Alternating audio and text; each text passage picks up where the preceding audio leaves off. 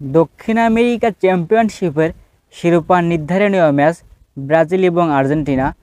Brazil অনূর্ধ্ব-20 দল এবং Argentina অনূর্ধ্ব-20 দল শিরোপা নির্ধারণীয় ম্যাচে মাঠে নামে আজ সকালে, কিন্তু এই ম্যাচটিতে কোনো দলই জিততে পারেনি।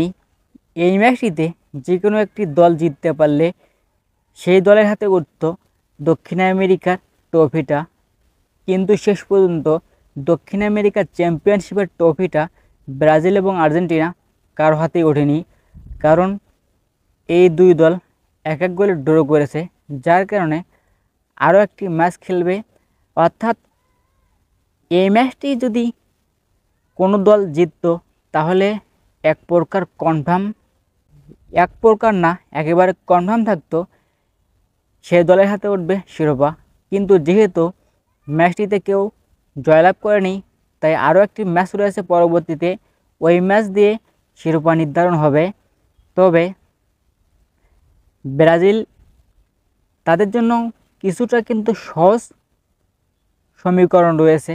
ব্রাজিল যদি ম্যাচটি ভালোভাবে জিততে পারে, অর্থাৎ যদি জিতে 2 গোলে, তাহলে কিন্তু তাদের চলবে। কিন্তু অপরদিকে আর্জেন্টিনাকে অবশ্যই তাদের থেকে গোল ব্যবধান বেশি দিয়ে জিততে হবে। যদি ব্রাজিল 2টা গোলে জেতে, তাহলে আর্জেন্টিনাকে 3 গোলে জিততে হবে, তাহলেই কিন্তু তারা শিরোপাটা জিততে পারবে। তাই ব্রাজিলের জন্য সমীকরণটা সহজ, আর্জেন্টিনার জন্য সমীকরণটা কঠিন। দেখা যাক সর্বশেষ কার হাতে ওঠে দক্ষিণ আমেরিকা চ্যাম্পিয়নশিপের ট্রফিটা। আজকে আর্জেন্টিনা এবং ব্রাজিল যে ম্যাচটি খেললো, এই ম্যাচে শুরুর দিকে আর্জেন্টিনা ভালো খেলেছিল, তার জন্য তারা একটি গোল দিতে পারছিল, যদিও ক্লাদিও এসিভেরি এই গোলটি করেছে পেনাল্টি থেকে। তবে শুরুর দিকে কিন্তু আর্জেন্টিনা ভালোই খেলেছিল। দ্বিতীয় অর্ধে এসে ব্রাজিল ভালো খেলে এবং ব্রাজিল গোল পরিশোধ করে।